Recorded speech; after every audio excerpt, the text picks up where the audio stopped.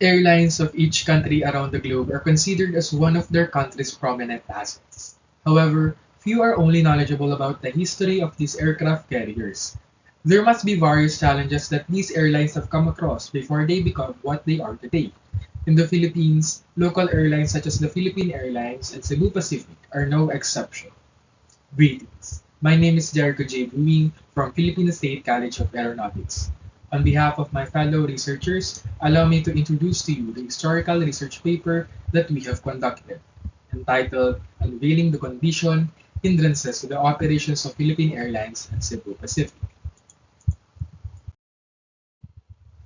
Starting with the background of our study, this study will reflect the situation of both Philippine Airlines and Cebu Pacific in various aspects such as in management, operations, policies, and other related affairs under the presidential term of Gloria Macapagal Arroyo, which was in 2001 to 2010.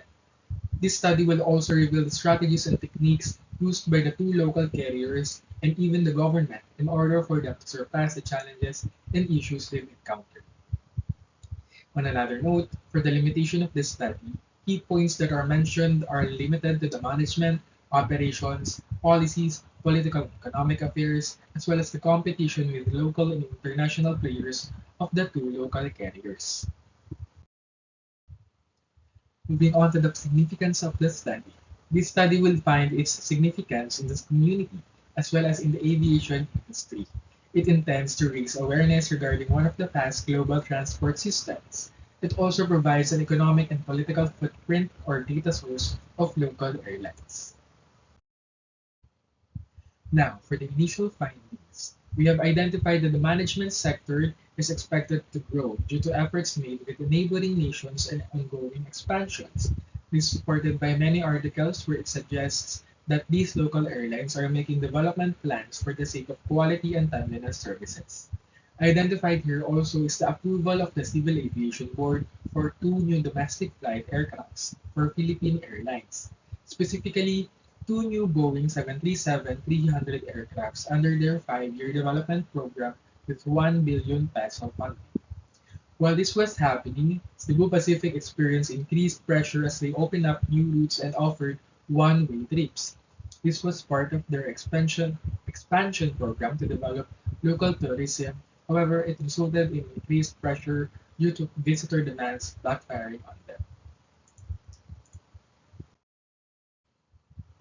That is all for the initial findings of the study. We can now move on to the guide questions of this paper, or the statement of the problem. These questions are curated in order to set the objectives and themes of this study. These are used to come up with the final findings and serve as the foundation in constructing the conclusion. With two questions, question number one, how did the following challenges and issues affect the operations of Philippine Airlines and Cebu Pacific?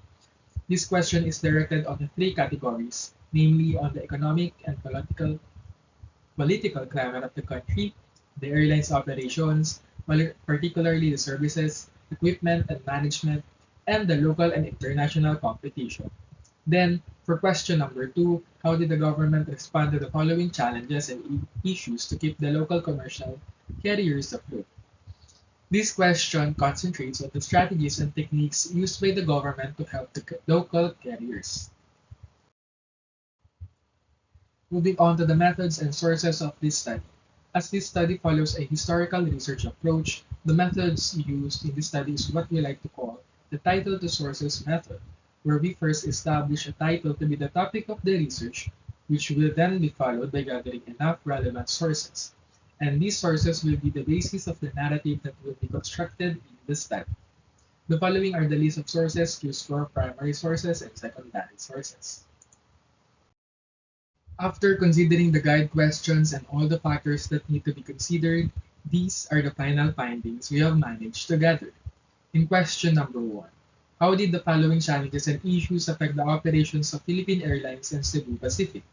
For the first category, economic and political climate of the country, we have found out that it coordinates adjustments on the original economic status of the two local carriers.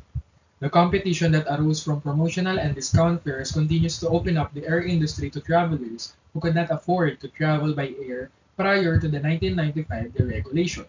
the regulation reducing regulations on tariffs and fares, as well as regulations on the entry into and exit from the airline industry.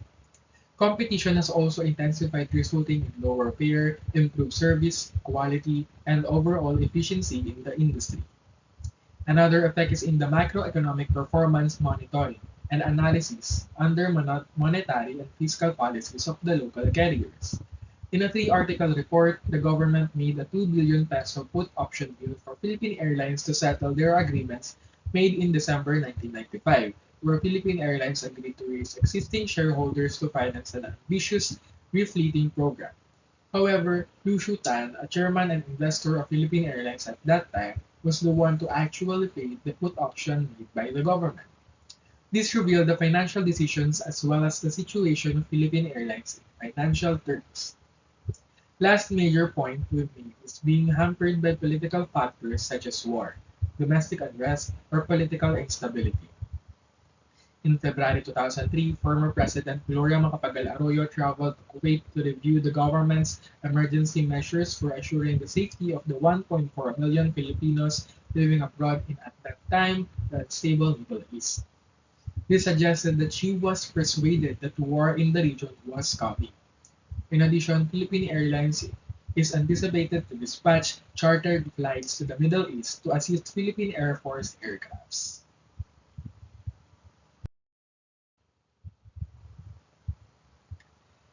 For the second category, the airline's operations, particularly its services of equipment and management, we have found out that a new establishment was put in progress, which is the introduction of a new terminal. The NAIA Terminal 3, together with the new aircrafts, specifically the Boeing 747 in Clark, it suggested that the transition to a new terminal might involve logistical challenges in terms of coordinating flights, passengers, and ground services. Both airlines would need to adjust their schedules and operations to accommodate the new terminal's facilities and layouts. For the last category in question number one, local and international competition. This was mentioned in the initial findings a while ago, where Philippine Airlines offered limited flights to compete with Cebu Pacific, having flight services to Seoul as an extra sector. This caused business affair and sector competition. Due to the emergence of Cebu Pacific's service to Seoul, Philippine Airlines wanted to be a part of it and tried to compete with Cebu Pacific by requesting Civil Aviation Board for an extra section. However, Civil Aviation Board humbly rejects and stated that if Cebu Pacific is unable to function, the two sectors could still be lost and transferred to Philippine Airlines. However, Cebu Pacific manages to come through and makes Philippine Airlines accept the situation. That is all for question number one. Moving on to question number two. How did the government respond to the following challenges and issues to keep the local commercial carriers afloat? One of the actions made by the government is the filing of Philippine claim over resource areas within our exclusive zone, as well as the contract signing as investment for the maintenance of airline facilities. In a speech by former President Gloria Macapagal Arroyo during the signing ceremony of the Act on Civil Aviation Authority of the Philippines, or CAAP, she signed an investment contract for the operational maintenance of the flag-bearing carriers, as well as filing a Philippine claim over areas where commercial aircrafts use as routes. These are all but efforts made by the government to ensure that the operations and facilities of the local carriers are in good shape. That is all for the final findings. We can now proceed to the last part of this presentation, which is the conclusion. What can we conclude based on the final findings gathered? First is that the challenges and issues dramatically affected the operations of the local carriers. Under the Arroyo administration, the two local carriers experienced dramatic changes in its operations as well as in its management, unlike previous administrations where the aviation industry was still expanding and finding ways to be the choice of transportation. Secondly, the local carriers benefited most from the changes and development made in NAIA Terminal 3. With the NAIA Terminal 3 as a target for development plans and rehabilitation programs, the local carriers, especially Philippine Airlines and Cebu Pacific, was the one to benefit from it the most. However, the political involvement of the government was a major hindrance, thus affecting the economic standing of the local carriers. One of the major hindrances experienced by the local carriers is the leasing of NAIA Terminal 3 by the government to auctioneers.